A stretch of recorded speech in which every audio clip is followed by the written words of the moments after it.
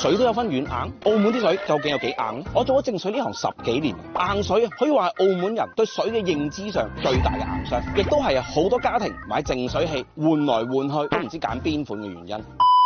水嘅軟硬其實就等於水入邊嘅鈣鎂離子含量有幾多。鈣鎂離子亦都係我哋經常講嘅有益礦物質，係水源流經岩層同埋地下水滲透出嚟嘅。硬度越高就係代表水含有越多嘅鈣鎂離子。根據世衛嘅標準，水嘅硬度咧係有分級數嘅喎。而澳門嘅硬度佢係介乎於110到130毫克每公升，就係硬水。不過咧，咁硬水咧就係完全同生腎石咧係無關嘅，對人嘅健康咧都係冇影響嘅。但係佢對於我哋生活上咧就係大大小小嘅影響啦。例如煲水好多水垢啦，沖完涼啲皮膚鞋濕濕啦，浴室廚房好多水漬啦，仲有洗完啲衫硬骨骨。而其實硬水最大嘅影響係對機器啊，開咖啡嘅老闆要小心啲啦。如果冇考慮到水垢嘅問題咧，咖啡機係真係好容易壞嘅。最大嘅問題啊係你壞咗都唔知去邊度整啊。健身室沖涼房嘅大型熱水爐水垢咧係非常之容易令到發熱管燒咗嘅。換發熱管容易啊，但係淨係放水都要幾粒鐘啊。你話影唔影響做生意啊？